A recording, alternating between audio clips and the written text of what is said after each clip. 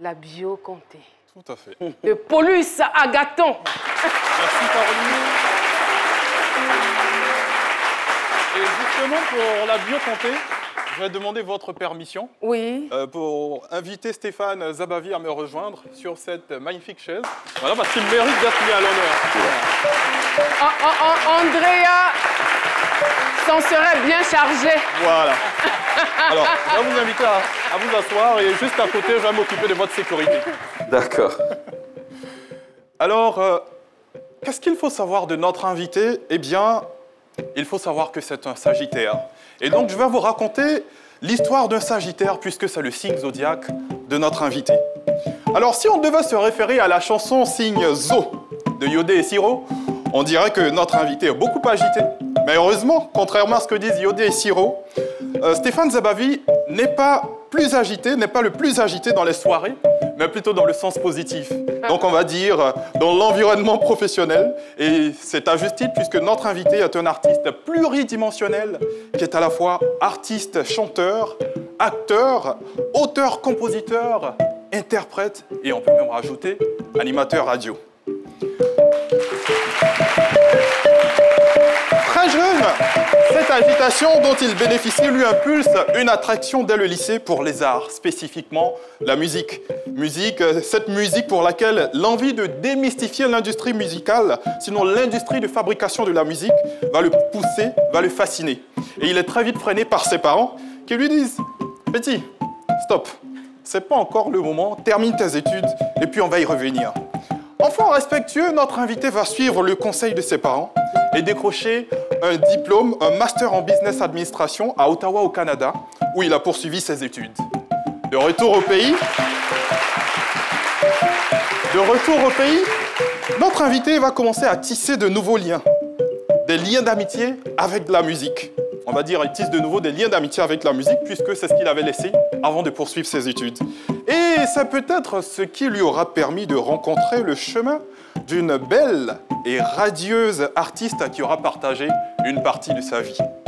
Sa fibre musicale l'amène à sortir en 2015 un premier single dénommé Homogamy.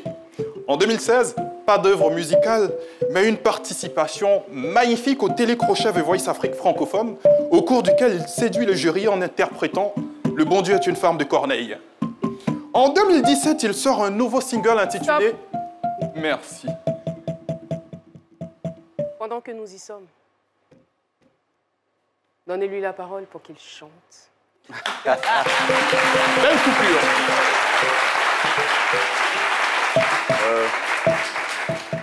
On vous écoute. N'importe quoi. Vous avez encore les paroles? Le bon Dieu est une femme? Oui. Je pense que ça faisait... La terre saigne depuis la nuit des temps, de grandes misères et de guerres souvent. Et pour chaque soldat qui rentre, une femme attend. Je continue? J'achète!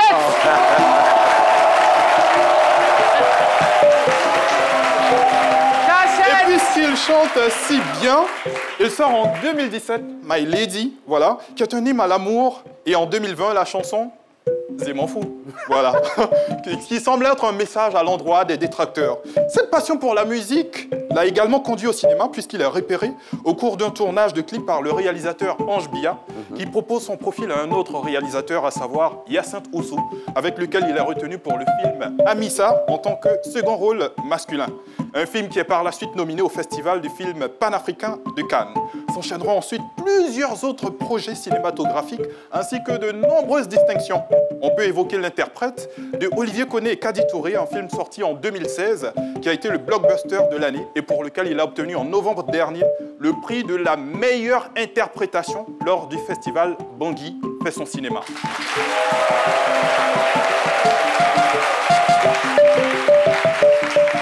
Si ses parents étaient réticents au départ, aujourd'hui il rend sa mère si fière au point de faire douter celle-ci qui se dit on dirait que si je l'avais laissé embrasser cette carrière plus tôt, il serait aujourd'hui sur le toit du monde, hein. Ben écoutez, ce qu'on peut dire, c'est que tôt ou tard, Stéphane Zabavi Flem fait partie des rares qui s'exportent à merveille dans l'industrie cinématographique africaine anglophone, et cela grâce à sa maîtrise des langues de Molière et de Shakespeare. On se souvient encore de son rôle dans le film nigérien Skinny Girl in Transit de l'industrie Nollywood, une industrie qui produit près de 400 films par an, contrairement à une dizaine pour notre pays, la Côte d'Ivoire. Mais Caroline, je pense qu'on va y arriver aussi. Bien évidemment. Voilà. Fort de toutes ces expériences, il ne faut jamais demander... Attends, je vais demander à Stéphane. Stéphane, si vous deviez choisir entre la musique et le cinéma, ce serait quoi? Waouh. La musique, c'est la base. La musique, c'est la base. Je pense que je ferais les deux. Je ne choisirais pas, je ferais les deux. Voilà, c'est ce que je disais. En effet, pour Stéphane Zabavi, ces deux arts sont similaires à des organes vitaux, donc sans lesquels le corps humain ne peut fonctionner.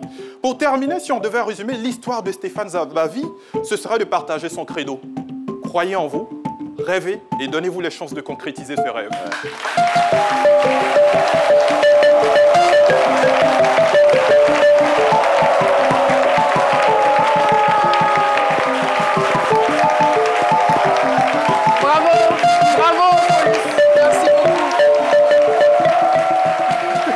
Ça va? Ça va, ça va. Tout va bien? Ouais. Comment vous vous sentez? Ben, je suis ému et content à la fois. Zému, aïe.